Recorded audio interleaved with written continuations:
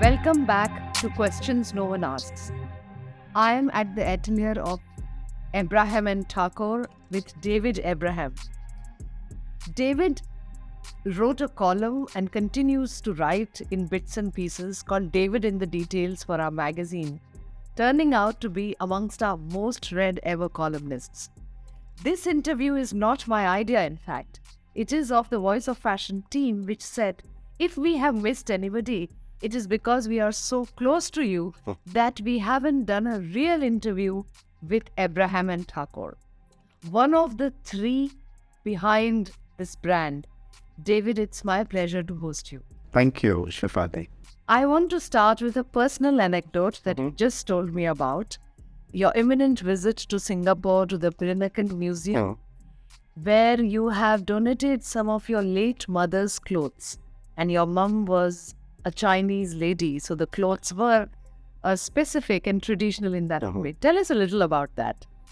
My mother was Peranakan Chinese, which is it's a very particular culture to the Malaysian and Singapore peninsula, which was it's celebrated in Singapore as a composite culture between Malay, Chinese, and maybe Indonesian mixes.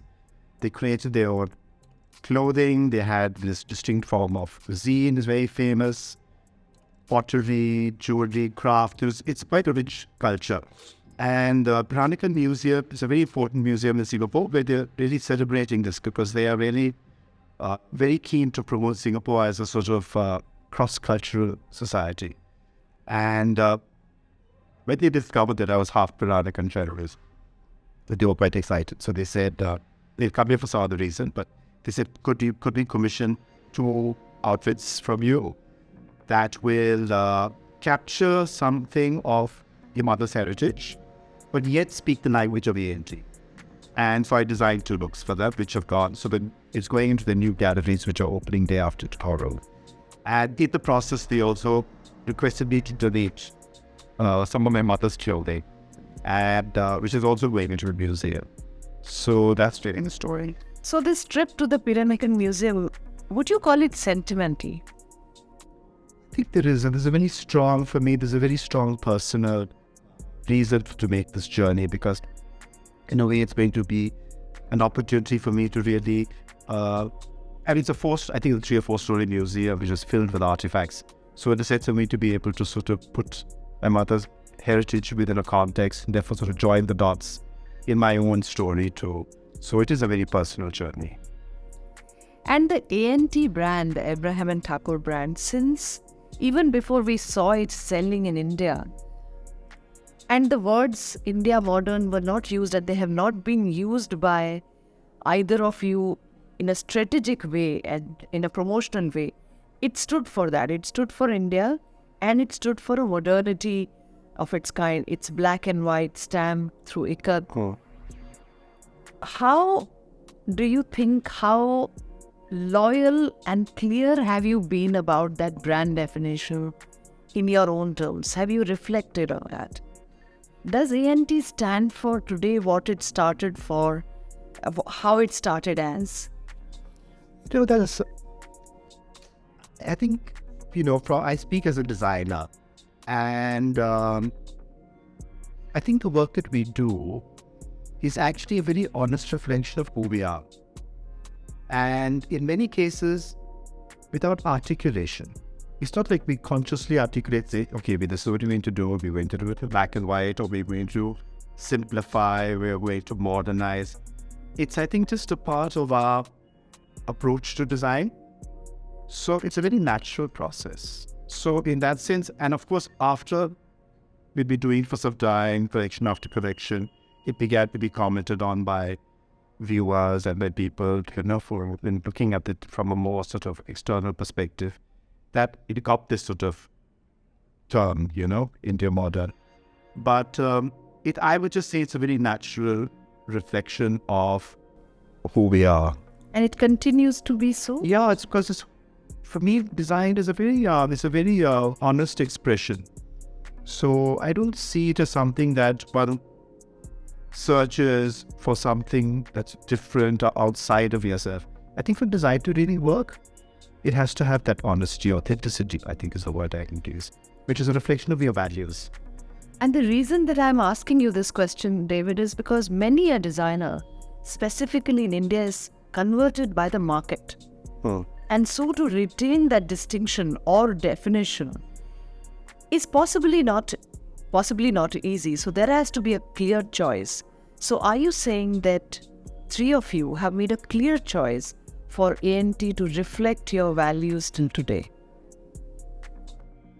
I think it's very much a choice that we didn't want to move in another direction. But I think it's also because we just don't know how to. I don't think we have a choice. We just do what we know what to do. And, we don't know how to do anything else. And yet, Abraham Thakore is one of the brands that has been taken over by Reliance Brands Limited and has been, so to say, corporatized. As a disclaimer to the viewers, I must say that The Voice of Fashion is published by Rise Worldwide, which is a subsidiary of RBN. So there may be some incestuousness here. Nevertheless, how does this feel? Does it feel like control or is it relief of a certain kind? I would say primarily relief. Of course, there's a certain amount of control, but everything comes with a certain amount of control. But I think that is offset by also a sense of freedom. Because there's a lot of stuff that happens in the fashion business that needs to be taken care of by people who really know those areas. And we are designers. We've been designers foremost. And business was something we happened to do because we really had no alternative. And now I think with this sort of, new partnership, there's somebody there, I think, who's helping us with all the sort of, the more difficult bits. So relief. I always use the word relief in many ways. Right. When we were talking informally, you commented on the fact that actually for a corporate or an entity of whichever kind to step in and take over what could have otherwise lapsed is also important. So this gives ENT a certain longevity. Yeah, absolutely. So you do believe in longevity? I believe in longevity. I believe very much in the Indian design story. Because I think there is something that's happening in this country, and it's certainly nothing to do with us, but it's a part of the whole movement. And I think there's something happening here. I think it's being acknowledged. I think it's being recognized. And I think this is just the natural way for it to go. Interestingly to me, the sentence that you used when you said it is to some extent about control, but it gives you freedom. I was bound by that control and freedom, the same sentence for the same argument. And that's why I want to ask you, how important is creative freedom? Many designers say that commerce is not important, and yet they completely inflect in the face of commercial challenges. So this balance or imbalance sometimes between creative freedom and commerce, where do you stand on this? I'm fairly pragmatic about that. I think a designer we're commercial beings. We're not artists. We are really creating things which need to be consumed. We're a part of the consumer culture. So it would be, I think, extremely arrogant of me to say that, we're completely divorced from it. What we can do is we can try and bring an individual voice to it. But we're still working within the constructs of an economy, within a consumer society. We do have to create product that people will want to use, because that's where we find our meaning. To design something which nobody wants to use would be rather futile. So creativity has to have that. So it's a bit like you were talking about freedom and control. Freedom without control is also irresponsibility. And ENT now has a new logo, which we can all see. Yeah. And as we are told, there is going to be expansion of a specific kind. So more stores, scaling up of products. You have been creating home products for a long time, but now presumably the scale is going to be different. And there is a collaboration with OBT. Tell us a little about what's going on and what all is ENT going to do in the near future that the consumer can see. Yeah. When we started for the first 10 years, we were always a brand that did both fashion and home textiles with a common sort of design philosophy. It was a part of our sort of design language. We discontinued the home part after when we started focusing on the domestic market. So now we have the opportunity to bring that back and capture that sensibility again into home product. So obviously that means we're widening our range, we are increasing our bandwidth, and we're going to be doing more products, and we're going to be available hopefully to more consumers as we open more stores, reach new markets. So I think that's just the natural progression. I think it's good. I think this is where we need to be. Actually, we are. And are you all, Kevin Nigley, Rakesh Thakore and yourself, comfortable with how the ENT e-commerce is going? Because there's a lot of, there is substantial perception which sees what one sees in your store that gets a lot more commercialized because of the pricing on e-commerce. It's far more reachable, accessible sometimes, on sale, on discount. How has this transition been for designers like yourself? E-commerce in particular? Yes, e-commerce in particular. We're working on the e-commerce page actually, and in fact, we're redesigning the website. We are refocusing the website onto new, full price, less discounted merchandise. We want to make it an extension of the store, like all our stores. So hopefully that shift will also start happening. I think the problem with e-commerce is a lot of the customers are really looking for discounts. But I don't think that's the way we need to go, because I think there is a customer out there who also wants to buy clothes which are new and which are not discounted. So hopefully we'll be able to shift that perception. And how do you feel about competition in the industry? Would you call it healthy or unhealthy? Can it possibly be healthy competition in a country fraught with so many issues of manufacturing, display, sponsorships? Yeah. What is competition really? Competition, I guess one way to put it is it's a necessary evil, because it is a driving force, it's motivation. It does lead to unhealthy rivalry sometimes, which is also not very good. But the whole structure, I think, of the consumer capitalist economy is based on upward competition, with everybody fighting to sell you another brand of toothpaste. Why do I need to get another toothpaste? Just as well as why do I need to buy another dress? So, this is a part of the business. But I think it's dangerous when you lose control of that. And it has to be kept within its perspective.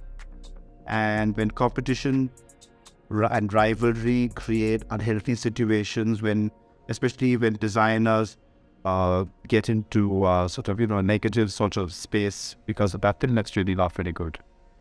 That's not good.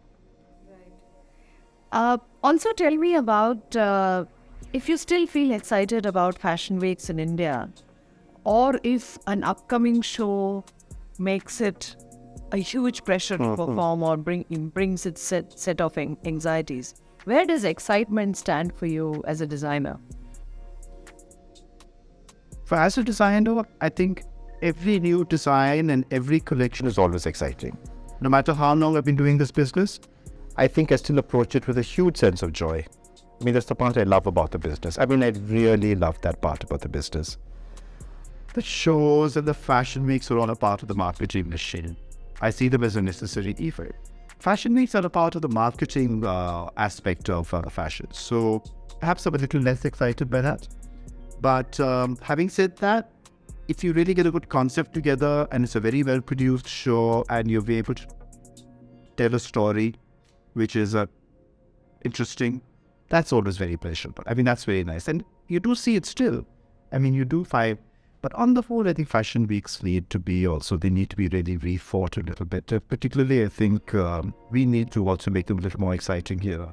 And then this game must also make sense to sponsors, which it seems to be making. That's why the format continues. Yeah. So the format can't possibly be so elastic if sponsors don't. Exactly. Because the sponsor needs imagery. They need imagery within a certain fixed context, within a certain framework, within a certain size, within a certain screen ratio. So those are all going to be, and that their brand is also visible, logos are there. And unfortunately in India, I think most of our fashion shows are really sponsor driven. So the sponsor's brand is actually very often as visible as the designers, which really doesn't always happen internationally. Yeah. And this is perhaps the right moment to ask you about celebrities wearing fashion. And what you said earlier also reminded me why you were one of the most read columnists on our website, is a comment you made that when a celebrity has a peculiar story or a fraught story, the whole idea of dressing that celebrity becomes more interesting. Yeah. Models are voiceless. Yeah. They are storyless. Yeah. So talk more about this. Yeah, I mean, we've been thinking, we were talking about it, and we had observing this phenomena of how the celebrity has become, or the influencer not so much, but really the celebrity as influencer is so important in fashion. And I really think that a celebrity comes in with a backdrop, with a backstory. A model can't. A model has ideally no personality. They're beautiful, but there's really, except for the few supermodels, who'll be able to carve that backstory for themselves. And so okay, this is so-and-so, and she's done this, that, whatever. But celebrity, especially if they're an actress or a singer, performer, already has this whole history behind them. Even if, as you mentioned earlier, they may be completely without real personality, but they assume the personalities of the characters they played on film. So when we see them, we look at the clothes within that context. It gives the clothes just a little more heft. Is it a narrative? Rihanna's pregnancy, somebody's notoriety, all those things that go on become visible as a narrative to follow. And then when a designer places clothes on those people, the clothes become, they just see them within that context. Yeah, you see the context, and you also know what's happening, like in the case of Rihanna now, the fact that she's having another child, a second child, and she's on that platform in that red gown or whatever. I mean, it's quite extraordinary because then the whole garment gets another level of meaning. And makeup. And makeup. Yeah, so many things. So I think that's the reason why I can see that it's captured the imagination of the public. Yeah. So fashion houses use that. Right. I wanted to ask you about where you stand on this greenwashing and sustainability noises. That a lot of noise is made, a lot of claims are made. And we all know that sustainability is not easy to accomplish or continue because it is a range of links of supply chains and systems and who you pay, how you pay, who you hire. Why do designers think it's an obligatory part of their promotional strategy to check that box? I do not see ENT talking about sustainability loudly, and I think that's smart, because if it did, it's like an election, a politician promising an election. मैं पानी दूंगा, हम ये करेंगे. So this, do you think it is kind of, in a way, taking away the seriousness that is required in this movement, the greenwashing, the claims that people make? Yeah. Have you ever given it thought? I do read a lot about it, and I do think a lot about it, and I think a lot of it has become a social media phenomenon. So people buy into it. The consumer has bought into it. Of course, we all are living under this weight as citizens of the world, where everything seems to be in a state of, negative or a bit of a state of collapse or whatever. Things are crumbling around. Weather patterns are changing, and our cities are getting more polluted. So maybe this is just one part of that. I think the fashion industry, in many cases, talks a lot about it, but it's it's a contradiction in terms, because fashion needs you to consume. The consumption can be done with responsibility, and it can be done without responsibility. But it's tricky. So I'm uneasy with this sustainability. I think it's very important that we don't produce garments that are biodegradable. I think in our context in India, in the Indian context, wherever we can, we try to produce garments or produce fashion which is using the skills of skilled artisans, because it's a livelihood issue. Sustainability is not just about polyester decomposing, it's also about, can you keep somebody going? Right. And can we keep this going? That's just sustainability. In our, the West doesn't consider that at all, because they have unknown to sustain. There's no craft. But for us, it's our second largest after agriculture. So it's something we need to look at. So those contexts, I think, is very important. But having everything being sustainable, in that sense, is very, I personally think it's a bit of a joke after a while. So is ENT going to make bridal wear? Do you see that, or a lehenga typically? If there was a bride, I think, who wanted to dress using our particular design language, we would be more than happy to dress them. But I haven't seen very many knocking on the door so far.